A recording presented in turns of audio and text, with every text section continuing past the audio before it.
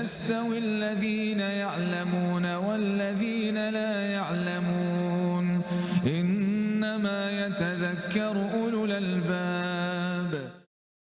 Alhamdulillah wa salatu wa salam ala Nabi Muhammad. Aujourd'hui, nous allons raconter l'histoire de Al-Ghulam, ce hadith qui se trouve dans Sahih Muslim. C'est l'histoire d'un garçon qui a excellé dans la piété et qui a atteint le degré de l'alliance avec Allah Ta'ala. Donc, je vous donne la traduction de ce hadith.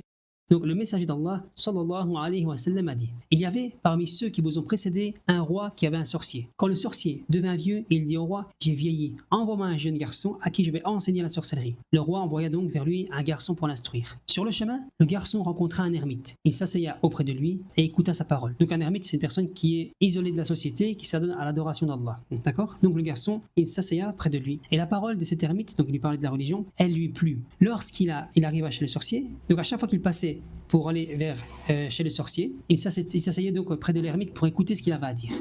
Et le problème, c'est que quand il arrivait chez le sorcier, celui-ci le frappait parce qu'il arrivait en retard. Donc le garçon, il s'est plaint à cet ermite qui lui a dit: si tu crains le sorcier, dis-lui, ma famille m'a retenu. Et si tu crains ta famille, dis-leur, le sorcier m'a retenu. Donc on peut tirer énormément d'enseignements de ce hadith. Comme si par exemple, on peut mentir quand il s'agit de ne pas se faire frapper pour défendre donc son intégrité physique. Donc dans certains cas, c'est permis. Donc un jour, donc ce jeune homme, il rencontra sur ce chemin un grand animal qui bloquait la route aux gens. Et là, il dit quoi? Il dit: aujourd'hui, je saurai qui est le meilleur, soit le sorcier ou soit cet ermite. Et donc il prit une pierre et il dit: Allahumma in kana amru rahib ahabu ilayka min amri as-sahir faqtul hadhihi ad-dabba hatta yamdi an-nas. Subhanallah, il a dit: oh Allah, si l'affaire de cet ermite est plus aimée auprès de toi que celle du sorcier, tue cet animal afin que les gens puissent passer. Et il lança la pierre et tua l'animal. Et les gens purent continuer leur chemin. Il alla voir l'ermite et lui raconta l'histoire. L'ermite lui dit: oh mon enfant, aujourd'hui tu es meilleur que moi. Ton affaire est arrivée à ce que je vois. Tu seras éprouvé, et quand tu seras éprouvé, ne me dénonce pas. Donc il lui dit: ne dis pas que c'est moi qui t'ai enseigné ça, et ne dévoile pas l'endroit où je suis. Donc la question qu'on doit se poser: et comment est-ce qu'il a pu atteindre ce niveau? Et ça, la réponse, elle se trouve dans le hadith qu'on a cité dans les cours précédents, avec al-wilaya, hadith al-wilaya, dans lequel le prophète sallallahu alayhi wa sallam a dit que Allah Ta'ala, il a dit: man aada li waliyan faqad adantuhu bil harb wa ma taqarraba ilayya abdi bi shay'in habba ilayhi mimma aftaradtu alayhi. Donc Allah Ta'ala dit: celui qui prend un de mes alliés comme ennemi, je lui déclare la guerre. Qui sont ses alliés, Ya Rab? Qui sont tes alliés? Et là, c'est expliqué juste après. Donc il dit: et mon serviteur ne se rapproche pas plus de moi par une chose que je lui ai prescrite, rendue obligatoire. Et après il dit: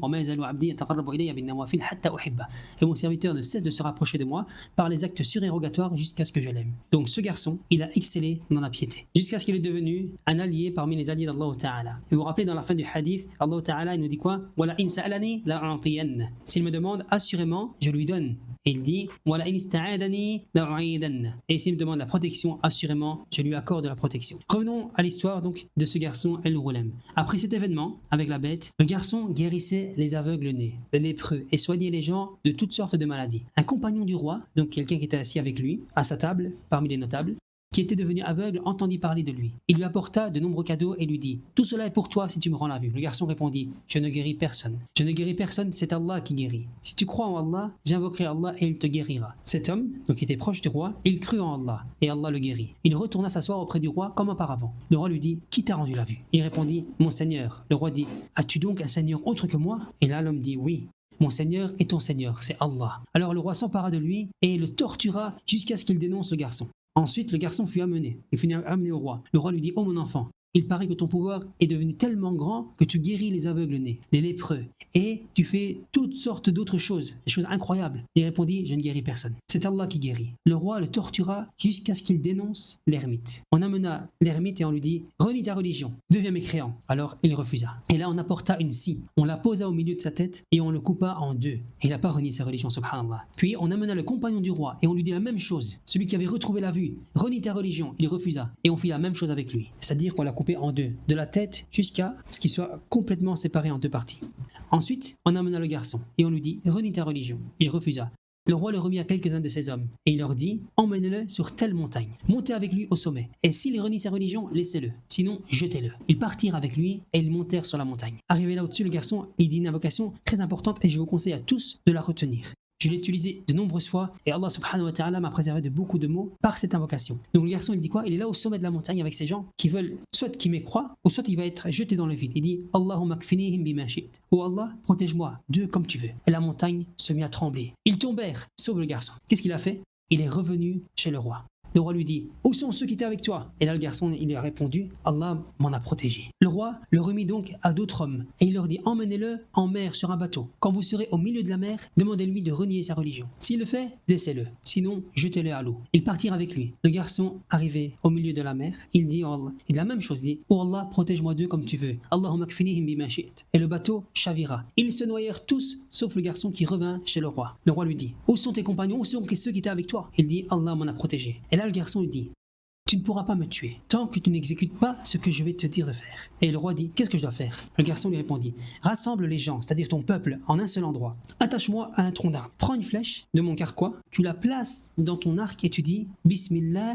Rabbil Ghulam. Au nom d'Allah, le Seigneur du garçon. Et ensuite tu tires. Si tu fais ça, tu me tueras. Le roi rassembla les gens sur une grande place. Il attacha le garçon à un tronc, il prit une flèche et il la plaça donc dans son arc. Et là, il dit Bismillah Rabbil Ghulam. Au nom d'Allah, le Seigneur du garçon. Puis il tira la flèche. Celle-ci atteint la tempe du garçon. Le garçon mit sa main sur sa tempe et mourut. Alors les gens dirent Amanna bi Rabbil Ghulam. Nous croyons au Seigneur du garçon. Nous croyons au Seigneur du garçon. Et là, on va dire au roi, vois-tu ce que tu craignais? Cela est arrivé. Les gens croivent. Alors il ordonna de creuser des fosses et d'allumer des feux à l'intérieur de ces fosses. Et il dit quiconque ne renie pas à sa religion, jetez-le dans ces fosses. C'est-à-dire des fosses remplies de feu. Et on fit venir donc les gens ont été jetés donc dans les fosses et n'ont pas renié leur religion. On fit ça jusqu'à ce qu'une femme vienne avec son enfant. Et elle hésita à se jeter dans le feu pour son enfant, par amour pour son enfant. Et là, dans le hadith, il est dit que son enfant lui a dit « Oh maman, patiente car tu es sur la vérité ». Donc voilà, ça c'est le hadith comme il est cité dans Sahih Muslim. Regardez à quel point ce garçon a atteint des degrés très très hauts par la piété. Quand on réfléchit à tous les enseignements dans le hadith, tous les enseignements qui sont reliés directement à la piété, subhanallah, on se rend compte que la piété est vraiment la base de tout le bien. Tout d'abord, la fermeté dans la foi. Le garçon a été ferme. Il a cheminé dans la piété. Il a une foi qui était très ferme.